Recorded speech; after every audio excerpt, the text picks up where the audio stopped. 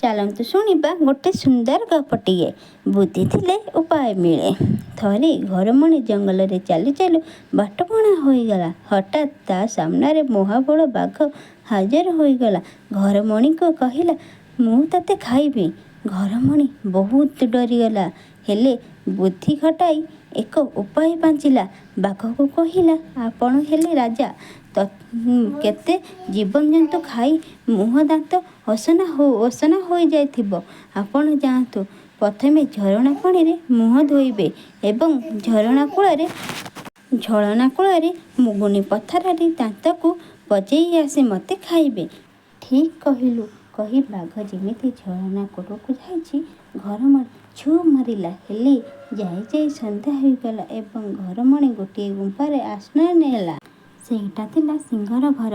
ସିଂହ ଯେମିତି ଗୁମ୍ଫାରେ ପଶି ଦେଖିଲା, ଅନ୍ଧାରରେ ଆଖିରେ ଦୁଇଟି ଚିକ୍ ଚିକ୍ କରୁଛି। ଗର୍ଜନ କରି ପଚାରିଲା, କିଏ ରେ ତୁ ଘରମଣି? ଭାବିଲା ଏବଂ ନିଶ୍ଚୟ ଜୀବନ ଯିବ, ତଥାପି ଏଥର ମଧ୍ୟ ସାହସ ସଞ୍ଚୟ କରି କହିଲା, ମୁଁ ଧବ୍ ଧବ୍ ରାଜା। ମୋ ଶିଙ୍ଗ ଦିଟା ଗର୍ଜା ଏବଂ ଶିଙ୍ଗରେ ଗଛକୁ ଭାଙ୍ଗେ, ଦ୍ୱିତୀୟ ଶିଙ୍ଗରେ ସିଂହକୁ ମାରେ। ଏହା ଶୁଣି ସିଂହ ପ୍ରାଣ ବିକଳରେ ସେଠାରୁ ଯାଇ ଆଉ 5ଟା ସିଂହକୁ ଧରି ଆସିଲା। ତାଙ୍କ ଗର୍ଜନରେ ଗୁମ୍ଫାଟି ଥରି ଉଠିଲା।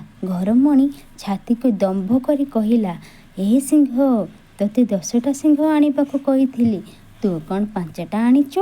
ଆସ, ତତେ ଆଗେ ଖାଇବି। ଏହା ଶୁଣି ସିଂହମାନେ ଭାବିଲେ, ଏଇ ସିଂହ ଆମକୁ ଏଠି ମାରିବା ପାଇଁ ଆଣିଛି। ଯିଏ ଯେଉଁ ଆଡ଼େ ପାରିଲେ ପ୍ରାଣ ବିକଳରେ ଧାଇଁଲେ। ସକାଳ ହେବାକୁ ଘରମଣି ଘରକୁ ଫେରିଲା। ନିଜ ଉପସ୍ଥିତ ବୁଦ୍ଧି ଯୋଗୁଁ ଘରମଣି ନିଜଠାରୁ ଶକ୍ତିଶାଳୀ ଜନ୍ତୁଠାରୁ ମଧ୍ୟ ନିଜକୁ ଜୀବନ ବଞ୍ଚାଇ ପାରିଲା। କୁହ ସାଙ୍ଗମାନେ, এই ଗପଟିରୁ ଆମେ କ'ଣ ଶିଖିପାରିଲେ? ବୁଦ୍ଧି ଥିଲେ ଉପାୟ ନିଶ୍ଚୟ ମିଳିବ। ବୁଦ୍ଧି ଥିଲେ କୌଣସି କାମରେ ଆମକୁ କେହି ବି ହରାଇ ପାରିବେ ନାହିଁ।